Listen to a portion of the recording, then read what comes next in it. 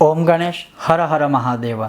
अब इस पितृपक्ष में जैसे पितृदोष निवारण हेतु पितरों की खुशी के लिए जन्म कुंडली में अगर कोई दोष है उसकी मुक्ति के लिए, जैसे काल सर्प दोष आदि है उसकी मुक्ति के लिए, जैसे श्रापित दोष आदि है, ग्रहण दोष आदि है, चांडार दोष आदि है, ज्वालामुखी दोष आदि है, अंगारक दोष आदि है, अगर किसी की कुंडली में उसकी मुक्ति के लिए, या उसके अलावा पितृ शांति हेतु इस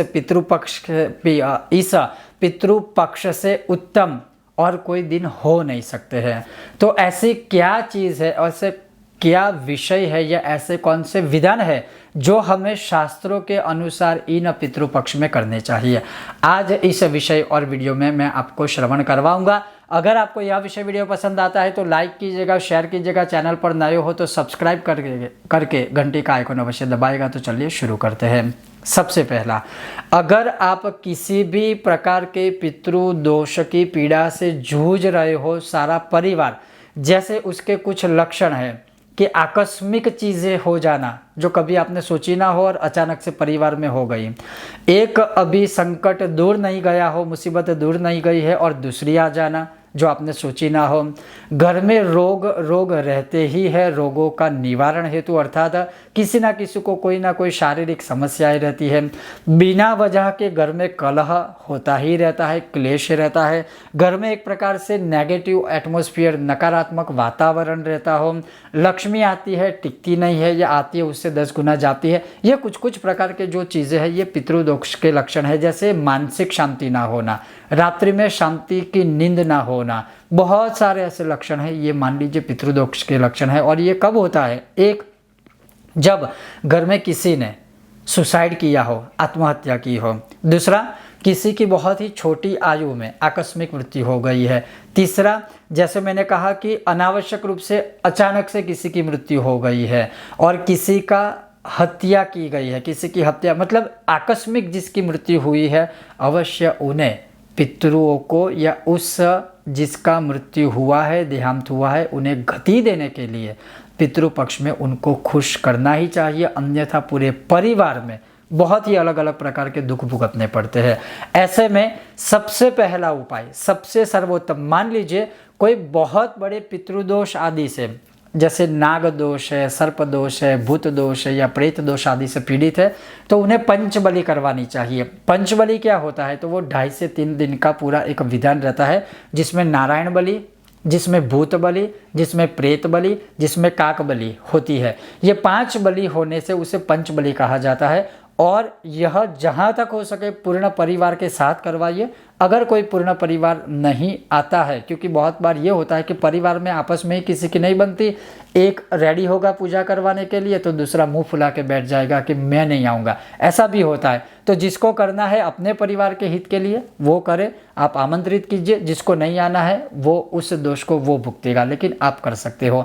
ये हो गई पंचबली का विधान। और ये पूरा विधान है वो एक वीडियो के माध्यम से मैं शायद आपको एक्सप्लेन नहीं कर पाऊँगा, वो आप अपने विद्वान जिसके पंडितों के द्वारा करवाना चाहते हो वो आपको अच्छे से विधि के दौरान समझा सकते हैं। सबसे पहला विधान हो गया पंचबली का।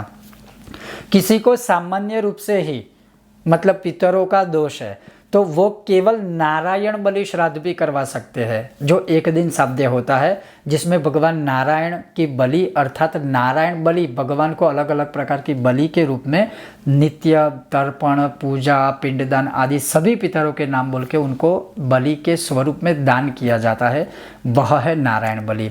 तीसरा है, कोई प्रेत से पीड़ित है तो प्रेत बलि की जाती है। किसी ने नाग को मारा है, सपने में नाग आदि आता है तो नाग बलि आदि की जाती है। उसी प्रकार से किसी की जन्म कुंडली में काल सर्प दोष है तो काल सर्प दोष आदि किया जाता है। किसी की जन्म कुंडली में शनि केतु है, राहु चंद्र है, राहु गुरु है, राहु केतु है, शनि मंगल है, सूर्य मंगल, ऐसे जो विभिन्न योग होते हैं उनके मंत्र जाप हेतु ये 15 दिन बहुत ही अद्भुत रहते हैं। हालांकि बहुत लोग कहते हैं कि इन 15 दिनों में मंत्र जाप शुभ कर्म नहीं होते, ऐसा नहीं है, लेकिन ग्रहों से जुड़ा हुआ, पितरों से जुड़ा हुआ अनुष्ठान अवश्य जैसे हम नवरात्रि में माँ दुर्गा के लिए चंडी पाठ करवाते हैं, दुर्गा सप्तशती पाठ, जैसे हम श्रावण महीने में रुद्राष्टाध्यायी द्वारा अभिषेक आदि कर्म करते हैं, वैसे ही अपने पितरों की खुशी हेतु, अवश्य ही पितरों की मुक्ति हेतु, गति हेतु, पितृदोष निवारण हेतु अवश्य ही आप पितरों के लिए भी अनुष्ठान इन 15-16 दिनों में करवा सकते हो। तो ये है। दूसरा जो है, जैसे मैंने कहा कि ग्रहों के विषय में जाप आदि है, दोष आदि है, वो करवा सकते हैं। अब ये नारायण बलि, पंचबली, नाग बलि या ग्रहों के दोष आदि अगर कुछ नहीं करवाते हो पितरों से जुड़े हुए दोष के लिए, तो अवश्य सर्वोत्तम, श्रेष्ठ और सबसे अद्भुत उपाय है जो सिर्फ 1.5-2 घंटे का है, जिसे कहा जाता है महालय श्राद्ध।